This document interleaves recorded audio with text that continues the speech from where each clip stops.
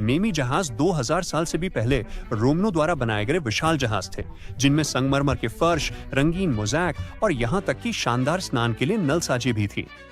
अपने समय के सामान्य जहाजों के विपरीत, जिनका उपयोग ज्यादातर परिवहन या युद्ध के लिए किया जाता था, ये वास्तव में तैरते हुए महल थे। लेकिन नेमी जहाज केवल रोमन इंजीनियरिंग और विलासिता के नमूने नहीं थे। उनकी कहानी बहुत ही अनोखी है।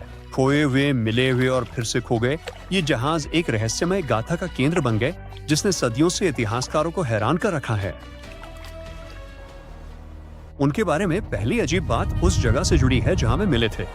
लकड़ी के ये विशाल जहाज नेमी झील के तल पर पड़े थे, जो रोम से लगभग 19 मील दक्षिण में स्थित शांत पानी वाली एक ज्वालामुखी झील है। सालों से स्थानीय मछुआरे इन अवशेषों के बारे में जानते थे और अफवाह है कि वे इसका फायदा उठा रहे थे। वे नेमी जहाजों से टुकड़ों और कलाकृतियों को निकालने के लिए हुक का उपयोग करते थे और उन्हें बाजारों में बेचते थे।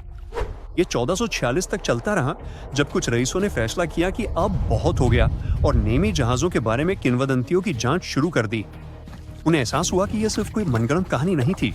दोनों जहाज वास्तव में झील में लगभग 60 फीट गहरे थे और वहां से रहस्य और भी गहराता गया। जब आप इसके बारे में सोचते हैं तो 60 फीट इतना गहरा नहीं है और नेमी झील काफी छोटी है, केवल 1.1 मील चौड़ी और लगभग 100 फीट गहरी। तो इतनी छोटी झील में इतने विशाल जहाज क्यों बनाए गए? ये वास्तव में समझ में नहीं आता है, खासकर जब हमें पता चलता है कि उन्हें किसने बनाया था। रोमन सम्राट कैलिगुला, आप जानते हैं, वही जो सबसे क्रूर और अप्रत्याशित रोमन नेताओं में से एक होने के लिए जाना जाता है। लेकिन एक बात जिस पे लगभग हर कोई सहमत हो सकता है, वो थी सभी असाधारण चीजों के लिए उनकी बेमिसाल पसंद। कैलिगुला पागलों की तरह पैसा खर्च करता था। आमतौर पर यह माना जाता है कि उसने एक साल में शाही खजाने को भव्य उत्सवों, दावतों और जानवरों की देखभाल पर उड़ा दिया। हाँ, उसने कथित तौर पर अपने पसंदीदे घोड़े को सोने के टुकड़ों के साथ मिश्रित जई खिलाई थी। खैर, उसे फिजूल खर्ची बहुत पसंद की, तो फिर उसने इतनी छोटी झील में 2 विशाल जहाज क्यों बनाए? विशेषज्ञों का मानना है कि कैलिगुला ने उन्हें वहां इसलिए बनाया होगा क्योंकि झील का संबंध डायना से था, जो शिकार, चंद्रमा और प्रकृति की देवी थी, जिनकी पूजा झील के उत्तरी तट पर एक मंदिर में की जाती थी। वैसे नेमी एक आधुनिक नाम है जिसे हम आज के नक्शों पे देखते हैं। रोमन लोग इस झील को स्पेकुलम डायना कहते थे, जिसका अर्थ है डायना का दर्पण। तो ये संभव है कि कैलिगुला ने इसे छिपने और अपने आनंद जहाजों को खड़ा करने के लिए एक आदर्श स्थान के रूप में देखा हो। वो असाधारण तैरते हुए महल जाता था और उसे बिल्कुल वही मिला। प्राइमा नेव, जिसका हिंदी में अर्थ है पहला जहाज, 230 फीट लंबा एक विशाल जहाज था। ये आज के सबसे बड़े यात्री विमान एयरबस A380 जितना बड़ा है। जहाज का ढांचा 3 मुख्य हिस्सों में बटा था, जिसमें पिछला हिस्सा चौड़ा और अगला हिस्सा संकरा था। इसके दोनों सिरों पर 2 बड़े ढांचे थे जो सीढ़ियों और गलियारों से जुड़े थे, जिससे जहाज को प्राचीन काल की किसी भी चीज से अलग एक अजीब रूप मिलता था। सेकुंडा नेव या दूसरा जहाज और भी बड़ा था। ये गहरे पानी में और किनारे से दूर था, जिससे लोगों के लिए वहां पहुंचना मुश्किल हो गया, जिसने इसे बेहतर तरीके से सुरक्षित रखने में भी मदद की। जहाज 240 फीट लंबा और 79 फीट चौड़ा था, जिसके पीछे एक तरह की इमारत और आगे एक छोटी इमारत थी। भले ही जहाज की खोज के समय आगे और पीछे के ढांचे गायब थे, फिर भी आप डेक के बिछाए जाने के तरीके से बता सकते हैं कि वे वहां थे। ये जहाज वाकई में अविश्वसनीय थे। इन्हें बेहतरीन सामग्री से बनाया गया था। रंगों से भरपूर जटिल मोज़ैक से शानदार फर्श बने थे और उच्च श्रेणी के संगमरमर ने अंदरूनी हिस्सों में भव्यता और विलासिता का स्पर्श जोड़ दिया था। जहाजों में चप्पू की 10 कतारें, स्नान घर, दीर्घाएं, सैलून और यहाँ तक कि लताओं और फलों के पेड़ों वाले बगीचे भी थे। हाँ, एक नाव पर बगीचे। कैलिगुला स्पष्ट रूप से इन जहाजों को अपना निजी स्वर बनाना चाहता था। कहा जाता है कि वो जहाज पे बड़ी पार्टियां करता था, जहां उसके बुरे व्यवहार की कोई सीमा नहीं थी। इसमें उसके जनरलों और सीनेटरों की पत्नियों के साथ अपमानजनक संबंध रखना भी शामिल था। ये जहाज निश्चित रूप से प्रभावित करने के लिए डिजाइन किए गए थे, जो न केवल सम्राट की संपत्ति और शक्ति को प्रदर्शित करते थे, बल्कि रोमन इंजीनियरों के अद्भुत तकनीकी कौशल को भी दिखाते थे। सबूत बताते हैं कि जहाजों में ऐसी तकनीकें थीं जिनके बारे में हमने सोचा था कि वे बाद में विकसित हुई थी। उनके पास उन्नत प्लम्बिंग सिस्टम थे।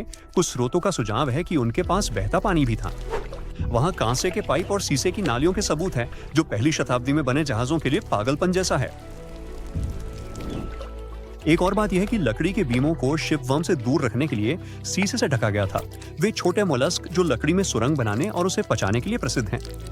लेकिन इस मामले में इंजीनियरों के प्रयास थोड़े बेकार थे, क्योंकि शिपवर्म ताजे पानी में नहीं रहते हैं। एक सिद्धांत यह भी है कि जहाजों में से एक में घूमने वाला प्लेटफॉर्म था। हमें अभी भी इसका सटीक उद्देश्य नहीं पता है, लेकिन इसका उपयोग किसी मूर्ति की घूमती हुई प्रस्तुति के लिए किया गया होगा, शायद डायना की या मनोरंजन के उद्देश्यों के लिए, जैसे मेहमान धीरे धीरे घूमते हुए और नजारे का आनंद लेते हुए अपने भोजन का आनंद लेते थे। इन सभी निष्कर्षों ने विशेषज्ञों को यह विश्वास दिलाया है कि जहाज मुख्य रूप से मनोरंजन या प्राचीन अनुष्ठानों या शायद दोनों के लिए बनाए गए थे। मूल रूप से नेमी जहाजों का वास्तविक उद्देश्य एक रहस्य बना हुआ है, क्योंकि इसके बारे में बात करने वाला कोई ठोस ऐतिहासिक दस्तावेज नहीं। अब भले ही ये जहाज तकनीकी चमत्कार थे, वे लंबे समय तक नहीं टिके। कैलिगुला का शासन समाप्त होने से पहले वे केवल 1 साल के लिए उपयोग में थे। अंततः जहाजों को क्षतिग्रस्त कर दिया गया, पत्थरों से भर दिया गया और नेमी झील के तल में डुबो दिया गया। ये हमें उनकी खोज की कहानी पर वापस लाता है। 1446 में उन्होंने पुष्टि की कि मलबे वहीं थे, लेकिन कोई उन्हें बाहर नहीं निकाल सका। फिर 1929 में इटली के नेताओं ने जहाजों को बचाने के लिए झील को सुखाने का फैसला किया। इसलिए उन्होंने 65 फीट पानी बाहर निकाला।